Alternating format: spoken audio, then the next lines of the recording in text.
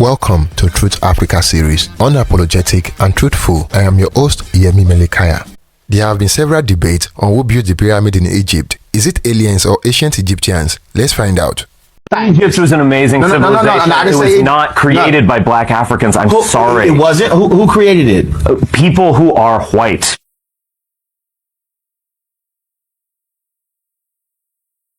So if man originated in Africa, which means that they were Africans, then all of a sudden when you talk about the amazing works of the Egyptians, they were people of color. I know that's a little rough for you to handle, but I know you want to hold on to that, somehow thinking whites built the pyramids, but I'm trying to understand. Yeah, we did. No, you didn't. No, you didn't. Because first of all, they were building things in Egypt while white Europeans were still in caves.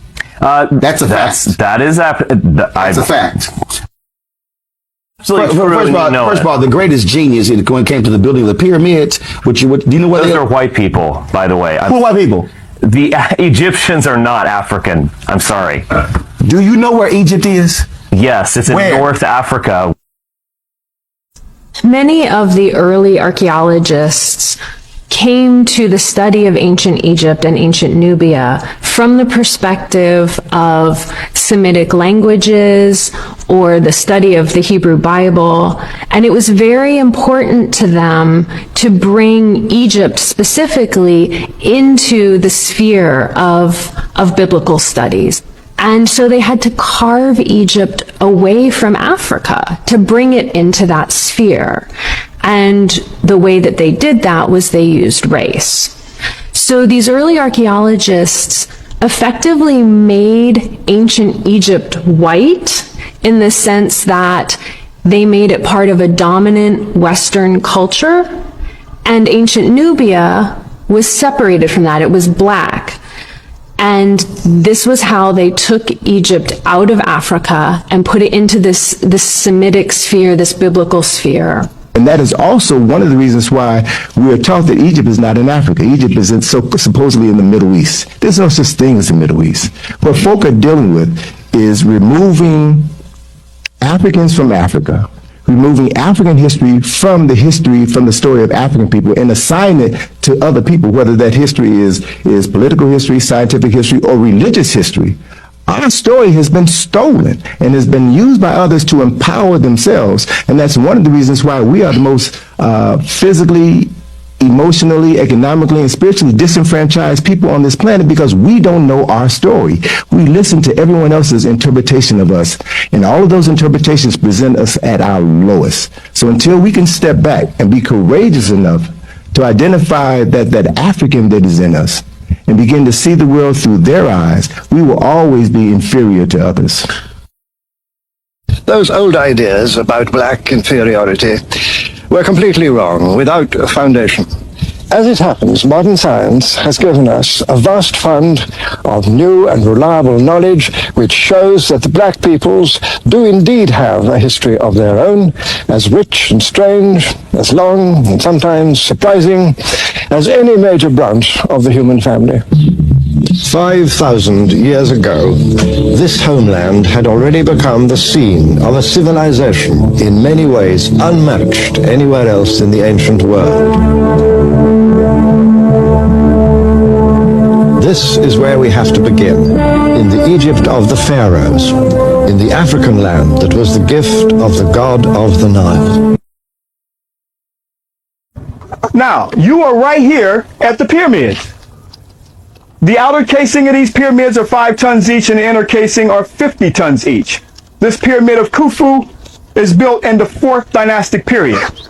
There were no people at this particular time called Jews who built the pyramids, and definitely not Menachem Begin. Menachem Begin is an Ashkenazi Jew from Poland, and he stood here right where you are now and said his people built the pyramids.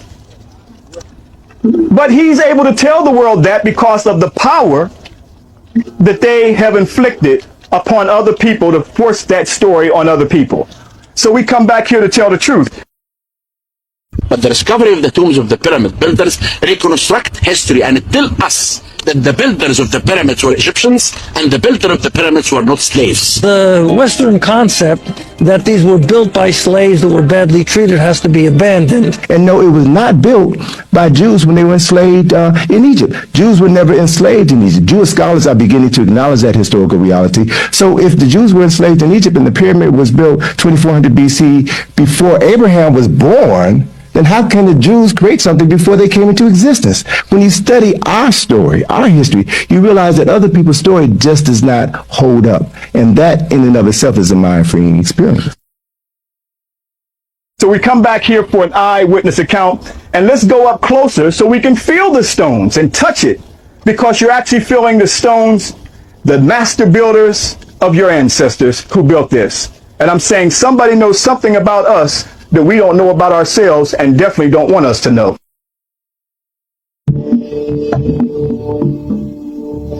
Now the Egyptians call their land Kemet, and they use a piece of charcoal, a burnt piece of wood as charcoal, to symbolize what they mean, the blackest black. In all of their carvings of themselves, they paint their skins dark brown or black. They have white paint, red paint, yellow paint, but they paint themselves black. How anyone in the world, with so much information available for the public to see, can even be under any illusions that the Egyptian was even light-skinned? Just when you look at climate and weather, if you go to Egypt, you will notice that the weather is quite hot. And you will notice that it is almost impossible to be able to be outside dressed the way the carvings on the walls are as it relates to the people. Because you would get melanoma before we even knew melanoma existed. So they could not have been depigmented or less pigmented. They have to have been heavily pigmented. So what we have then is various eyewitness descriptions where people visited Egypt and they left an account of the Egyptians in their texts. So what you have is people like Herodotus, who describes them as black-skinned and woolly-haired.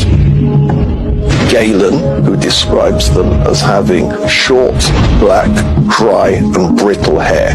Not to mention, as Dr. Clark has taught us, where in the world did they do what they did in Africa? He used to say, are you telling me that Eurasians came out of Europe and built Africa up, but never went back to Europe to develop their civilizations the way they did in Africa? Or does it make sense that it was built up in Africa and it was sporadically brought across the globe to China and to Iraq and to Iran and into Europe, where you have the Stonehenge? Would that make better sense? So the answer is, there is no question at this point. Egyptians are black. The real Egyptians are black. Because the real Egyptians, they are real Africans. So those people in Lower Egypt, you see, in Cairo, Alexandria, and Salahines area, they were mixed between the Turkish, Mamluks, French, English, Romans. So those people who come to attack Egypt in that time, they couldn't come to Upper Egypt, to the south, which we still have the same color, our dark color or black color. Now, just for the education of our viewership, why don't you share with us a breakdown of Egypt as it is today, insofar as blacks or combinations thereof of European descent and what have you? We don't have Egyptians of European descent in Egypt. We have a population which is basically which is basically a mixture of ancient Egyptian blacks who intermarried with Arabs right after the Arab conquest.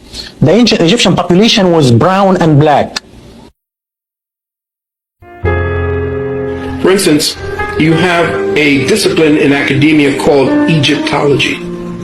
Now, what is Egyptology? They say, well, it's the study of Egypt. Well, no, it's not the study of Egypt. Egyptology was created by the Vatican in order to make sure that there was a screening mechanism in place to explain away the truth that was being excavated every year that kept giving them proof of who the ancient Kemites were. So Egyptology and Egyptologists are essentially agents of disinformation. Where else do you see a society, a people, and a way of life actually become a science? Unless you have specific purposes to make sure that the information that you are gathering on those people are given the proper perspectives to maintain the lie. So you don't get an Americology, you don't get Europology, you don't get Russiaology. Richard Pryor, right? When he had his special back in 1977, there's a scene. They only allowed him to do 5 shows. In fact, they were rather ignorant because it took them 5 shows to realize what the brother was really doing. Richard Pryor, there's a scene where he goes in to the pyramids, and he is carrying the bags of the archaeologists and the anthropologists who are of European descent. And they're talking amongst themselves about what this find is and its importance, the greatness of it. And Richard Pryor is in this temple looking all around, and he begins to say, well, all these people are black. He said, look at that guy over there, that guy looks like my uncle. And he's just, it's humorous, but what Richard Pryor is actually talking about is that, these are black people in these pyramids, and these are the people that built these pyramids. He said, wait a minute, these people, and then all of a sudden the camera begins to show the anthropologists of European descent, and they start to nudge each other because they realize, hey, the guy carrying the bags is looking around and he's learning some things in here. So very quietly you see them backing out of the pyramid, right? And Richard Pryor is still there talking about how great the pyramid is, and then all of a sudden they show you the door close, and all of a sudden the scene goes black. Which means that was a blackout on the information for black folk to understand their history. This is what Richard Pryor was dropping on us in 1977. This is what actually has happened. Richard was telling us, this is what has happened to us. Because as you become conscious, and brother becomes conscious, and as a community we become conscious, the Europeans who know this are beginning to realize. So they're trying to shut the door on us. After visiting Egypt, white scholar Count Constantine Duvauny wrote, "Just think, the race of black men today, our slave and object of our scorn, is the very race to which we owe our arts, sciences, and even the use of speech." There are many theories about who built Egypt's pyramids, including large teams of enslaved Jewish people and wider ideas such as inhabitants of the lost city of Atlantis or even aliens. None of these theories, however, have evidence to back them up, as no archaeological remains that can be directly linked to the Jewish people have been found in Egypt that dated back to 4,500 years ago, when the Giza pyramid were built, archaeological research has revealed. Additionally, the story told in the Hebrew Bible about Jews being slaves in Egypt refers to a city named Ramses. A city named pi-Ramesses was found during the 19th dynasty about 1295 to 1186 BC and was named after Ramses II, who ruled 1279 to 1213 BC. This city was constructed after the era of pyramid construction had ended in Egypt. What is more, no archaeological evidence has ever been found for the lost city of Atlantis in any time period, and many scholars believe that the story is fictional. As for aliens, well, that idea is out of this world. In fact, all the evidence shows that the ancient Egyptians built the pyramids. Egyptology says, but how the pyramid builders lived, how they were compensated, and how they were treated is a mystery that researchers are still investigating.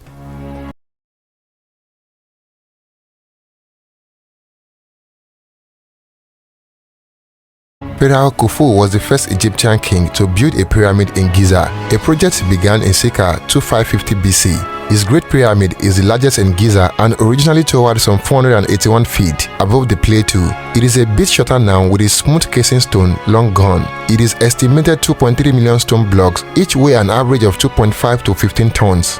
Khufu's son, Khafre, built the second pyramid at Giza circa 2520 BC.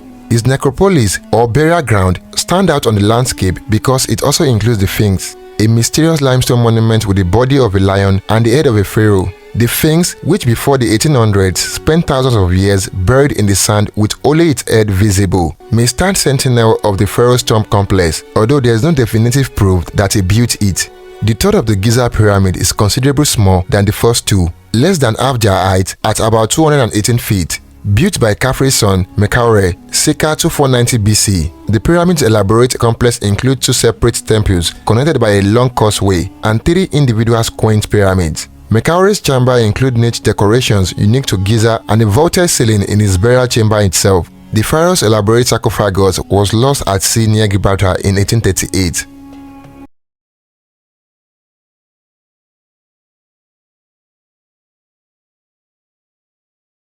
The ancient engineering feats at Giza were so impressive that even today scientists and engineers cannot be sure exactly how the pyramids were built. Yet they have learned more about the people who built them and the political power necessary to make it happen. The builders were skilled Egyptian workers who lived in a nearby temporary city sprawling over 17 acres. The remains of the bakeries and piles of animal bones show that they were very well fed for their labor. Archaeological digs on the fascinating site have revealed a highly organized community, rich with resources that must have been backed by strong central authority. The pyramids of Giza still hold plenty of secrets, and while scientists continue to make new discoveries, many of them also raise new questions. The architects of the Egyptian pyramids were the visionary pharaohs of the Old Kingdom, supported by an army of skilled craftsmen and workers. The construction of this awe-inspiring structure reflects not only their commitment to the afterlife, but also the remarkable engineering capabilities of ancient Egypt. And there you have it, guys. Kindly share your opinion in the comment box below, and do not forget to like this video so YouTube can share this video with more people like you. Until next time, cheers and have a good one.